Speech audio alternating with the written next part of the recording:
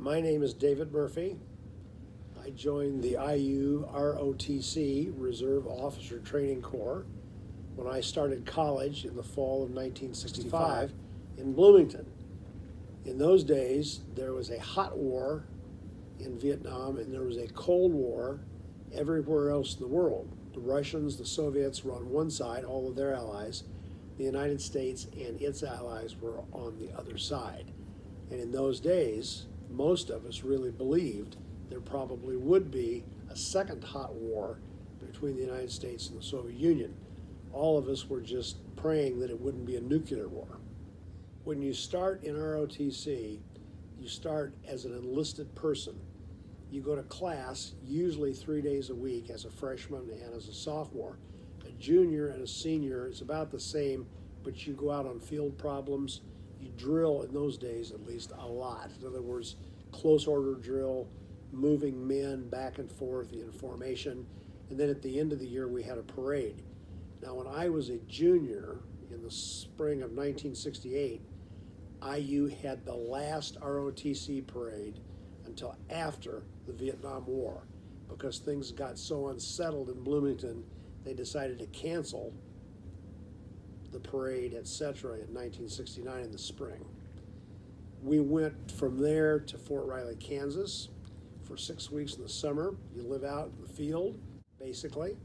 As a combat infantryman, you learn lots of things. You learn how to navigate with a compass at night. You learn how to take a rifle apart in the dark in less than 30 seconds and put it back together again. You learn first aid. You take turns leading groups of your fellow soldiers. You march again. They do a lot of marching, a lot of rifle marksmanship. And for somebody with his eyes as bad as I had, that was really kind of funny. Harry Gonzo, who was the IU All-American football player, you're younger than I am. When we all went up for our physicals to get examined to see if we could be in the Army, they flunked him because his knees were bad. They passed me, stamp, combat qualified, and my eyes were so bad, when I'd shoot at 400-meter targets, I'd aim at the dirt in front of the target, hoping the bullet would bounce into it. It was fun, it was interesting, it was challenging, and working with the other guys, frankly, was a lot of fun. I belonged to a unit on the west side of Indianapolis called the 21st Theater Support Command, whose job it was, in the event of a war, to go to southern Germany and take over virtually all of the logistical support activities for everything from the English Channel to the inner German border. That was between the Russians and us. In other words, the headquarters that we were assigned to had that responsibility. If you drove it, if you wore it, if you fired it, if you got fixed by it, if you ate it, if you slept on or under it, we got it for you. All the logistics support that you can imagine, to include medical, to include engineer, to include ammo. That was our job. So for the most of my middle career, between about 1985 and then probably until the late 90s, that's what I did. Combat in the sense of being shelled by very big missiles called Scuds. They're actually rockets. They're like the size of a telephone pole or bigger, but they have no guidance system. They are aimed by the angle at which it is projected. They're very inaccurate. We did take one major hit toward the end of the Gulf War that was really quite by accident, that caused a lot of casualties in a unit that worked for us. Lots of good experiences, lots of good experiences being able to help with the war effort. When we got to Saudi Arabia, we had to go out and find everything that the other units were going to use, either facilities or stuff the Saudis could give us, locations, things like that. Lots of just real interest in getting ready to start that war. 24/7 constant activity. You learn how to sleep standing on your feet because you don't have time to go back and go to bed. Or you learn how to, catch a nap in a car while you're waiting for somebody to come out to deliver something. But one of the most memorable things I did, I think, was help with the redeployment of a unit of the 2nd Armored Division. The 2nd Armored Division was located at Fort Hood, Texas. In World War II, it was called Hell on Wheels. It was one of Patton's. They had a brigade, which is probably 25 to 3,500 men and probably 150 tanks, called the Tiger Brigade. And the reason they called it the Tiger Brigade was because it made mincemeat of German Tiger tanks during World War II. It got that nickname. Well, when they came back from the desert after they kicked the crap out of Saddam Hussein's army, we had to get them out of the country as quickly as we could because they had a real mission. So I approached my counterpart in the Saudi army and asked if we could use this one particular stretch of highway I knew about that was really quite isolated and yet close to the airport.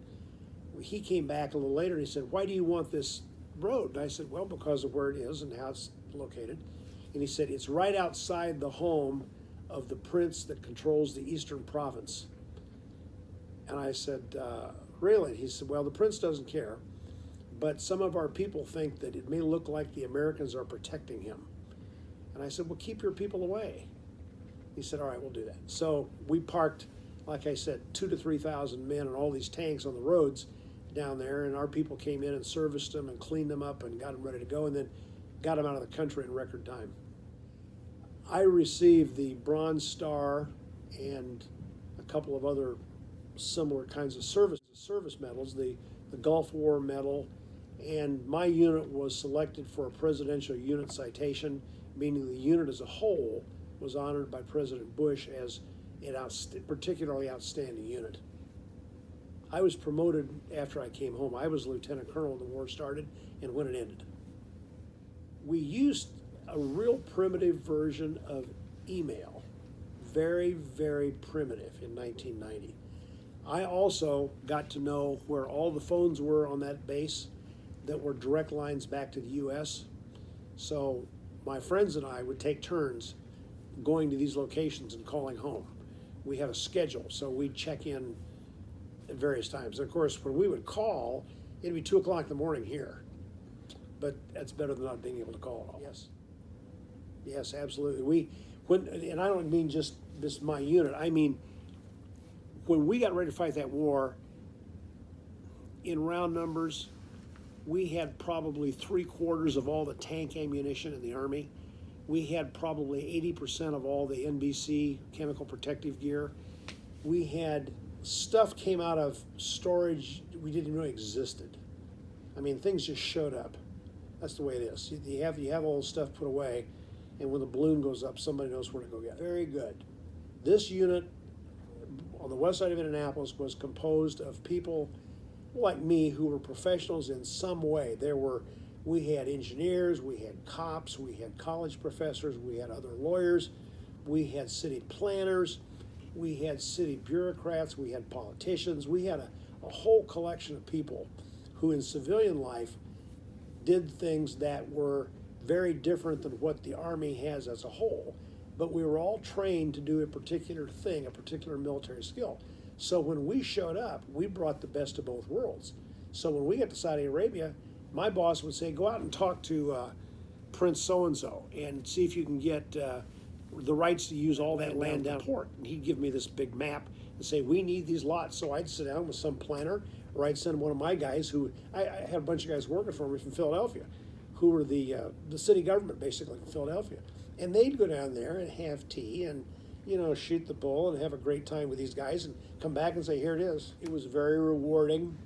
It was a sense of being part of something much larger than yourself, organized and dedicated to doing a particularly important thing.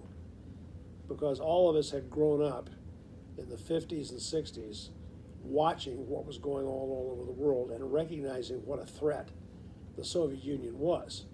And most of us had parents who had been in World War II. So we had some understanding of what could happen and how bad it could be. And all of us were dedicated that if anything like that ever got started, we were not going to lose this. No matter what it took, we were going to do the job right.